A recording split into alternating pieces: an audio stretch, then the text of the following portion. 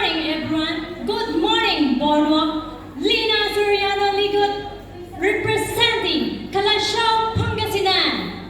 There's a saying that if you are in the service of fellow being, you're in the service of God.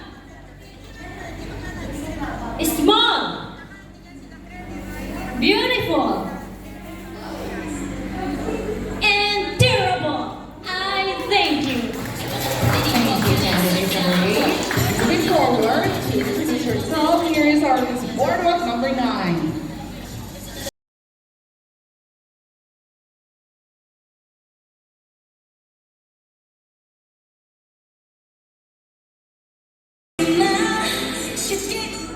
Good morning, Boardwalk. I'm Lornaline Bulangit from Tabuk, Kalinga.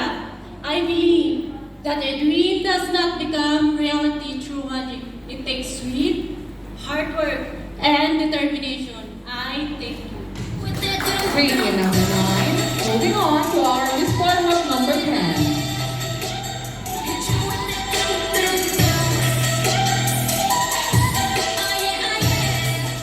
Good day, ladies and gentlemen. Today, I would like to represent myself. I am Nanyana Oligan, 33 years of age from Mindanao, General Santos City. I believe that the key to success is to keep growing in all areas of life, mental, emotional, physical, and financial. And I thank you. Thank you, candidate number 10. Let's move on to call the Miss Boardwalk candidate number 11. Sorry, we don't have candidate number 11. This is the candidate number 12.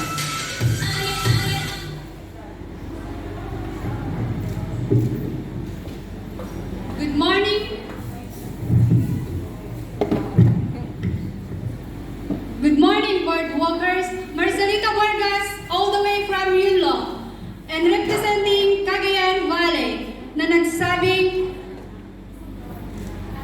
ang pamilyang sama-samang naglalakbay, tiyak, malamang, pinalaya sa pinaupaang bahay. At magmahal ka ng Ilocana dahil tiyak ang pera mo nasa mabuting kamay. And I thank you. Alright, thank you so much. Miss Boardwalk number 11. Moving on to our Miss Boardwalk number 12. Number 13. Thank you, Miss Boardwalk number 12. Wala po pala tayong candidate number 11, I'm sorry. This is the candidate number 12 yung katatapos lang. And here's the candidate number 13. Boardwalk, I'm Judith Anselmo, representing Naga City. I believe that struggle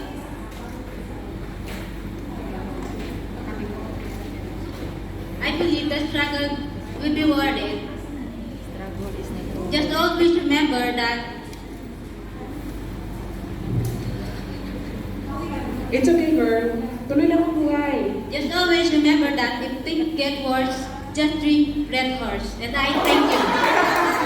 Thank you very much, Miss Boardwalk number 13. Up next, you'll hear the Miss Boardwalk Doon lang pala tayo pupunta eh. Lapit na.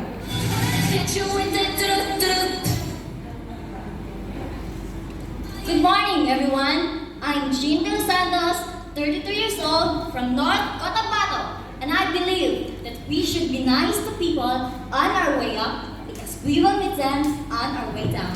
And I thank you. Thank you very much, Miss Boardwalk number 14. Up next will be the Miss Boardwalk candidate number 15. Good morning, everyone. Showing gratitude is the most simplest yet most powerful things human can do for each other. Standing in front of you, Fatima Domingo, 38 years old, from the sunshine city of Lawag, Ilocos Norte, leaving you a beautiful message. Don't stop believing, chase your dream. Mangangarap ka na nga lang, itodo mo na. Kaya naman, mag-boardwalk ka na. Thank you so much. Kagyat from Ilocos Norte, Boardwalk candidate number 15. Okay, dahil wala tayong candidate.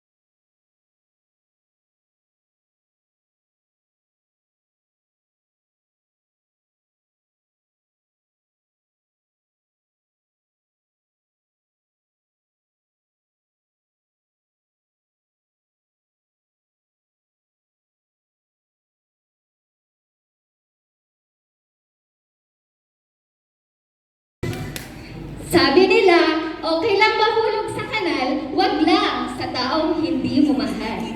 Good morning, judges! Good morning to our press manager! Good morning, tabulator! Good morning, sir educator! And good morning to our host for today and to all my fellow candidates. Good morning! I'm Charilyn Amotoy, 32 years of age, na nag-iiwan ng isang kasabihan. Sa isang competition ay parang isang sugay. Minsan nananalo, minsan natatalo. Ang umaayaw ay hindi nagwawagi. Once again, Charilyn Amotoy, representing Boardwalk 2022 from Cagayan Valley. Thank you, Miss Boardwalk number 18, and that's all for our ladies of Miss Boardwalk Homecoming Season 3. And see you later, ladies, for the next category, okay? Now, if you feel it's not yet done with all your best that you have made, later on, may chance pa kayong bumawi. Okay, so, mag-move tayo ngayon sa pagbibigay ng minor awards in each candidate. O diba, may award kayo kaagad na nai-ready. Ganon ka-instant. Wait. Hindi kayo mabibigo ngayong hapon. Mabigo na kayo sa pag-ibig pero hindi sa boardwalk. Okay? So here you go. Ito ay competition. Hindi kasama sa kontrata ng amo. Kaya wala magdadamdam kung may matatalo. Sali-sali kayo eh. Di ba? Pinagsabihan. Okay. Special award muna tayo. Mamimigay tayo ng limpak-limpak na mga pagpupuri sa inyong mga itsura. Itsurang yan. Mayroon? Joke lang. Okay. Ito lang. Let's just make the afternoon real life. Okay, for the Miss Body Beautiful. Ito talaga yung dalawang award na hinahati talaga ng tao ang katawan ng taong nilikha ng Panginoon. Pinaghati ang talaga ng Miss Body Beautiful at saka channel kasi ako i-upload. Iba ang mukha, iba ang katawan. Marunong pa sila sa Diyos. For our Miss Body Beautiful, Tatay Ed, okay lang po lang sa new music, para problema siya. Huwag lang masyado. At least may lang music ko. For our Miss Body Beautiful candidate, so Miss Boardwalk Season 3, moving from candidate Valentina Orsia. Our candidate number 2. And you also Miss Body Beautiful awardee, Miss Lailani Tumangil, candidate number 3.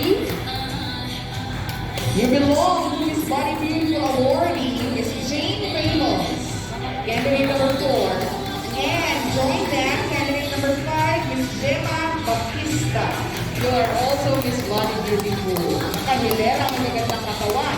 Ingatan nyo yan, huwag nyo ipapaabuso. Oh.